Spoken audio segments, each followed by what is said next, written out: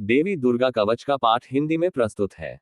इस पाठ से शरीर के समस्त अंगों की रक्षा होती है। ये पाठ महामारी से बचाव की शक्ति देता है। ये पाठ संपूर्ण आरोग्य का शुभ वरदान देता है। यह अत्यंत गोपनीय पाठ है, इसे पूरी पवित्रता से किया जाना चाहिए। देवी दुर्गा कवच का पाठ गुप्त नवरात्रि में देता है चमत्कारी लाभ। ओम नमश्चिंदिकायै। मार्कंडेय उवाच। मार्कंडेय जी ने कहा, हे पितामह, जो इस संसार में परम गोपनीय तथा मनुष्यों की सब प्रकार से रक्षा करने वाला है और जो अब तक आपने दूसरे किसी के सामने प्रकट नहीं किया हो, ऐसा कोई साधन मुझे बताए। ब्रह्मोवाच। ब्राह्मण, ऐसा साधन तो एक देवी का कवच ही है, जो गोपनीय से भी परम गोपनीय, पवित्र तथा संपूर्ण प्राणियों का उपकार करने वाला है। महामुने, उसे श्रवण करो। प्रथम नाम शैलपुत्री है, दूसरी मूर्ति का नाम ब्रह्मचारिणी है, तीसरा स्वरूप चंद्रघंटा के नाम से प्रसिद्ध है, चौथी मूर्ति को कुष्मांडा कहते हैं, पांचवी दुर्गा का नाम स्कंद माता है, देवी के छठे रूप को कात्यायनी कहते हैं, सातवां कालरात्रि और आठवां स्वरूप महागौरी के नाम से प्रसिद्ध है, नवीं दुर्गा का नाम सिद्धिदात्री है। ये सब नाम सर्वज्ञ महात्मा वेद भगवान के द्वारा ही प्रतिपादित हुए हैं। ये सब नाम सर्वज्ञ महात्मा वेद भगवान के द्वारा ही प्रतिपादित हुए हैं। जो मनुष्य अग्नि में जल रहा हो, रणभूमि में शत्रुओं से घिर गया हो, विषम संकट में फंस गया हो तथा इस प्रकार भय से आतुर होकर जो भगवती दुर्गा की शरण में प्राप्त हुए हो, उनका कभी कोई अमंगल नहीं होता। युद्ध समय संकट में पड़ने पर भी उनके ऊपर कोई विपत्ति नहीं दिखाई देती। उनके शोक, दुख और भय की प्राप्ति नहीं होती। जिन्होंने भक्तिपूर्वक देवी का स्मरण किया है, उनका निश्चय ही अभ्युदय होता है। देवेश्वरी, जो तुम्हारा चिंतन करते हैं, उनकी तुम निसंदेह रक्षा करती हो। चामुंडा देवी प्रेत पर आरूढ़ होती है, वाराही भैंसे पर सवारी करती है, ऐन्द्री का वाहन ऐरावत हाथी है, वैष्णवी देवी गरुड़ पर ही आसन जमाती है, माहेश्वरी वृषभ पर आरूढ़ होती है, कौमारी का मयूर है। भगवान विष्णु की प्रियतमा लक्ष्मी देवी कमल के आसन पर विराजमान है और हाथों में कमल धारण किए हुए हैं। वृषभ पर आरूढ़ ईश्वरी देवी ने श्वेत रूप धारण कर रखा है। ब्राह्मी देवी हंस पर बैठी हुई है और सब प्रकार के आभूषणों से विभूषित है। इस प्रकार ये सभी माताएं सब प्रकार की योग शक्तियों से संपन्न है। इनके सिवा और भी बहुत सी देवियां हैं, जो अनेक प्रकार के आभूषणों की शोभा से युक्त तथा नाना प्रकार के रत्नों से सुशोभित हैं। ये संपूर्ण देवियां क्रोध में भरी हुई हैं और भक्तों की रक्षा के लिए रथ पर बैठी दिखाई देती हैं। ये शंख, चक्र, गदा, शक्ति, हल और मूसल, खेचक और तोमर, परशु तथा पाश, कुंत और त्रिशूल एवं उत्तम शौंख, धनुष आदि अस्त्र शस्त्र अपने हाथ में धारण करती है। दैत्यों के शरीर का नाश करना, भक्तों को अभयदान देना और देवताओं का कल्याण करना, यही उनके शस्त्र धारण का उद्देश्य है। महान रौद्र रूप, अत्यंत घोर पराक्रम, महान बल और महान उत्साह वाली देवी, तुम महान भय का नाश करने वाली हो, तुम्हें नमस्कार है। तुम्हारी और देखना भी कठिन है। शत्रुओं का भय बढ़ाने वाली जगदम्बिक, मेरी रक्षा करो। पूर्व दिशा में ऐन्द्री इंद्रशक्ति मेरी रक्षा करे। अग्निकोण में अग्निशक्ति, दक्षिण दिशा में वाराही तथा नैऋत्य कोण में खड्गधारिणी मेरी रक्षा करे। पश्चिम दिशा में वारुणी और वायव्य कोण में मृग पर सवारी करने वाली देवी मेरी रक्षा करे। उत्तर दिशा में कौमारी और ईशान कोण में शूलधारिणी देवी रक्षा करे। ब्रह्माणी, तुम ऊपर की ओर से मेरी रक्षा करो और वैष्णवी देवी नीचे की ओर से मेरी रक्षा करे। इसी प्रकार शव को अपना वाहन बनाने वाली चामुंडा देवी दसों दिशाओं में मेरी रक्षा करे। जया आगे से और विजया पीछे की ओर से मेरी रक्षा करे।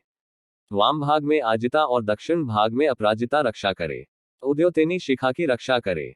उमा मेरे मस्तक पर विराजमान होकर रक्षा करे। ललाट में मालाधरी रक्षा करे और यशस्विनी देवी मेरी भौहों का संरक्षण करे। भौहों के मध्य भाग में त्रिनेत्रा और नथुनों की यमघंटा देवी रक्षा करे। ललाट में मालाधरी रक्षा करे और यशस्विनी देवी मेरी भौहों का संरक्षण करे।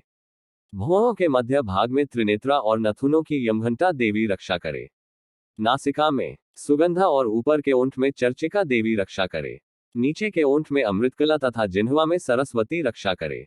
कौमारी दांतों की और चंडिका कंठ प्रदेश की रक्षा करे। चित्रघंटा गले की घाटी और महामाया तालु में रहकर रक्षा करे। कामाक्षी ठोड़ी की और सर्वमंगला मेरी वाणी की रक्षा करे। भद्राकाली ग्रीवा में और धनुर्धरी पृष्ठवंश मेरुदंड में रहकर रक्षा करे। कंठ के बाहरी भाग में नीलग्रीवा और कंठ की नली में नलकुबरी रक्षा करे। दोनों कंधों में खगिनी और मेरी दोनों भुजाओं की वज्रधारिणी रक्षा करे। दोनों हाथों में दंडिनी और उंगलियों में अंबिका रक्षा करे। शूलेश्वरी नखों की रक्षा करे। कुलेश्वरी कुक्षी पेट में रहकर रक्षा करे। महादेवी दोनों स्तनों की और शोकविनाशिनी देवी मन की रक्षा करे। ललिता देवी हृदय में और शूलधारिणी उदर में रहकर रक्षा करे। नाभि में कामिनी और गुह्य भाग की गुह्येश्वरी रक्षा करे। पूतना और कामिका लिंग की और महिषवाहिनी गुदा की रक्षा करे। भगवती कटी भाग में और विंध्यवासिनी घुटनों की रक्षा करे। संपूर्ण कामनाओं को देने वाली महाबला देवी दोनों पिंडलियों की रक्षा करे। नारसिंही दोनों घुट्टियों की और तेजसी देवी दोनों चरणों के पृष्ठभाग की रक्षा करे। श्रीदेवी पैरों की उंगलियों में और तलवासिनी पैरों के तल्लुओं में रहकर रक्षा करे। अपनी दाढ़ों के कारण भयंकर दिखाई देने वाली दंष्ट्राकराली देवी नखों की और ऊर्ध्वकेशिनी देवी केशों की रक्षा करे। रोमावलियों के छिद्रों में कौबेरी और त्वचा की वागीश्वरी देवी रक्षा करे। पार्वती देवी रक्त, मज्जा, वसा, मांस, हड्डी और मेद की रक्षा करे। आंतों की कालरात्रि और पित्त की मुकुटेश्वरी रक्षा करे। मूलाधार आदि कमल कोशों में पद्मावती देवी और कफ में चूड़ामणि देवी स्थित होकर रक्षा करे। नख के तेज की ज्वालामुखी रक्षा करे। जिसका किसी भी अस्त्र से भेदन नहीं हो सकता, वह भेद्या देवी शरीर की समस्त संधियों में रहकर रक्षा करे। ब्रह्माणी, आप मेरे वीर्य की रक्षा करें। छत्रेश्वरी छाया की तथा धर्मधारिणी देवी मेरे अहंकार, मन और बुद्धि की रक्षा करे। हाथ में वज्र धारण करने वाली वज्रहस्ता देवी मेरे प्राण, अपान, व्यान, उदान और समान वायु की रक्षा करे। कल्याण से शोभित होने वाली भगवती कल्याण शोभना मेरे प्राण की रक्षा करे। रस, रूप, गंध, शब्द और स्पर्श इन विषयों का अनुभव करते समय योगिनी देवी रक्षा करे तथा सत्वगुण, रजोगुण और तमोगुण की रक्षा सदा नारायणी देवी करे। वाराही आयु की रक्षा करे। वैष्णवी धर्म की रक्षा करे तथा चक्रिणी चक्र धारण करने वाली देवी यश, कीर्ति, लक्ष्मी, धन तथा विद्या की रक्षा करे। इंद्राणी, आप मेरे गोत्र की रक्षा करें। चंडिके, तुम मेरे पशुओं की रक्षा करो। महालक्ष्मी पुत्रों की रक्षा करे और भैरवी पत्नी की रक्षा करे। मेरे पथ की सुपथा तथा मार्ग की क्षेमकरी रक्षा करे। राजा के दरबार में महालक्ष्मी रक्षा करे तथा सब ओर व्याप्त रहने वाली विजया देवी संपूर्ण भयों से मेरी रक्षा करे। देवी, जो स्थान कवच में नहीं कहा गया है, रक्षा से रहित है, वह सब तुम्हारे द्वारा सुरक्षित हो, क्योंकि तुम विजयशालिनी और पापनाशिनी हो। यदि अपने शरीर का भला चाहे तो मनुष्य बिना कवच के कहीं एक पग भी न जाए। कवच का पाठ करके ही यात्रा करे। कवच के द्वारा सब ओर से सुरक्षित मनुष्य जहां जहां भी जाता है, वहां वहां उसे धन लाभ होता है तथा संपूर्ण कामनाओं की सिद्धि करने वाली विजय की प्राप्ति होती है। वह जिस जिस अभीष्ट वस्तु का चिंतन करता है, उसको निश्चय ही प्राप्त कर लेता है। वह पुरुष इस पृथ्वी पर तुलना रहित महान ऐश्वर्य का भागी होता है। कवच से सुरक्षित मनुष्य निर्भय हो जाता है। युद्ध में उसकी पराजय नहीं होती तथा वह तीनों लोकों में पूजनीय होता है। देवी का ये कवच देवताओं के लिए भी दुर्लभ है।